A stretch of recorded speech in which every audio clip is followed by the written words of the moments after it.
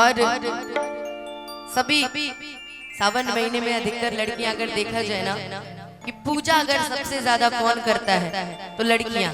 कहते हैं ना कि औरतें, महिलाएं, लड़कियां सबसे ज्यादा भोले बाबा को पूजा करती हैं। सही बात है ना? सबसे ज्यादा भोले बाबा को हम ही लोग पूजते हैं। हम लोग पूजने जाते हैं तो भगवान से कहते हैं कि हे भगवान, परिवार बनाए रखना, संसार बनाए रखना, घर बनाए रखना, हमारे पति को तरक्की देना, बेटे को तरक्की देना, हमारे घर में सुख शांति रहे। लेकिन ये लड़के जब भोले बाबा के दरबार में चले खाली एक चीज मांगे, बताएं?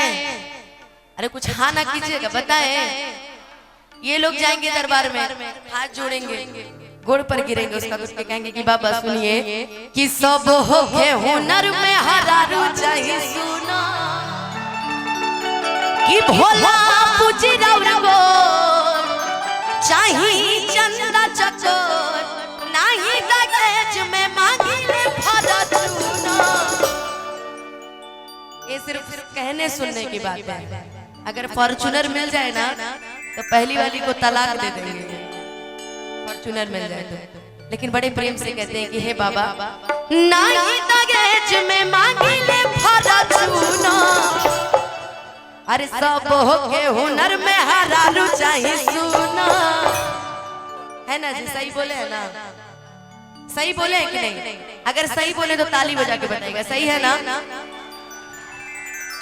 आप लोग से ज्यादा कुछ तो महिलाएं हैं। देखिए बेटा हुआ ये कुल मांगा लगा हो, लेकिन हम लोग अगर दरबार में जाते हैं तो मांगते हैं कि हे भोले बाबा कि सासू चाहिए मांगी जैसन, कि जैसे मेरा नैहर है वैसा ही ससुराल दीजिएगा, वैसा ही प्यार दीजिएगा, वैसा ही दुलार दीजिएगा।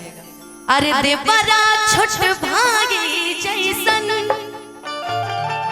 हो खोजब बिया हवाए बाबा। लेकिन दुल्हा जानती है कैसा चाहिए? हे शिव जी अपने नियन दुल्हा मत दिया कि राम जी के जैसन दिया, अरे हमारो दुल्हा बगे बाबा। लेकिन जो आजकल जो मांगा है ना उसको नहीं मिला है। जो राम जी मांगा है उसको शिव जी मिले। अब हम ही को देख लीजिए, डेली राम जी मांग रहे हैं ना, शिव जी मिलेंगे हमको। और जो शिव जी मांगता है कि हे भगवान भोलेनाथ जैसा और भंगी चलेगा, थोड़ा मस्ती करने वाला, मजाक करने वाला चलेगा, तो उसको राम जी ने सीधा मिल जाता है। सही बात। किसके किसके पति राम जैसे, जरा दोनों हाथ उठा के बताइएगा तो किसके किसके पति राम जैसे हैं? आपके पति राम जैसे हैं? हे भगवान जी। अच्छा किसके किसके पति राम जैसे? सही सही बताइएगा, मजाक नहीं, सीरियस। बस अब बाकी के रावण जैसे है का भाई? ए भाई देख लीजिएगा, जिसकी जिसकी धर्म पत्नियां बैठी होंगी सबके राम जी जैसे है ना? किसके किसके? जरा दोनों हाथ ऊपर ऊपर उठाएगा, सीधा सीधा सीधा सीधा। अच्छा जिसके नहीं है वो भी एक बार दोनों हाथ ऊपर उठा के सीधा सीधा एक बार दोनों हाथ ऊपर उठा के और मिलके गाइएगा कि राम जी के जैसन दिया हमारो दुल्हा ये बाबा, राम जी के जैसन दिया हमारो दुल्हा। सासु चाही मांगी जैसन, देवरा छोट भागी जैसन, सासु चाही मांगी जैसन, देवरा छोट भागी जैसन हो खोजब दिया हवाए बाबा। दुल्हा कैसा चाहिए? कैसा चाहिए दुल्हा? ए चाची अब तो के नाम मिली, जब रावण लिखक रहे लिखा गया, अब तो के राम ना मिली है। मैं अपने कुंवारी कन्याओं से पूछ रही हूँ दुल्हा कैसा चाहिए जी? वो देखिए पीछे वाली हंस रही है। दुल्हा चाहिए एकदम करिया। ये देखो इनको दुल्हा करिया चाहिए। छोड़ दीजिए ना, वैसे भी आपके लिए कोई नहीं लिखी, अभी शांति रखिए। कैसा कैसा दुल्हा चाहिए? राम कौन बोला भाई? जरा हाथ उठा के बताओ कौन बोला?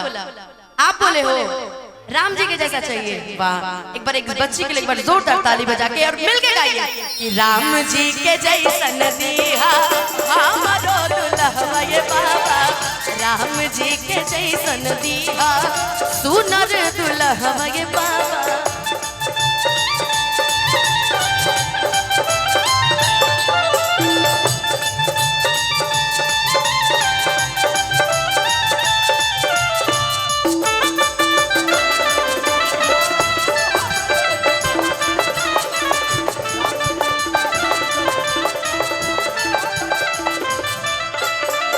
सावन सोमारी करी रोजो जल ढारी करी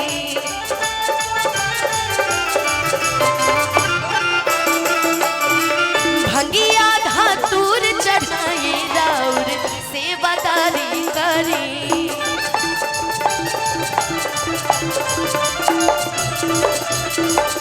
कि सावन सोमारी करी रोजो जल ढारी करी अब भंगिया धतूर चढ़ाई राउर सेवादारी करी। ये भोलेनाथ सब तो कर रहे हैं, लेकिन एक चीज और ध्यान रखिएगा, वर्दी हाँ ऐसन होके, वर्दी हाँ ऐसन होके, जी लगी निभावा ये बाबा राम जी के जैसन दिया सुनर दुल्हवा ये बाबा राम जी के जैसन दिया सुनर दुल्हवा ये बाबा।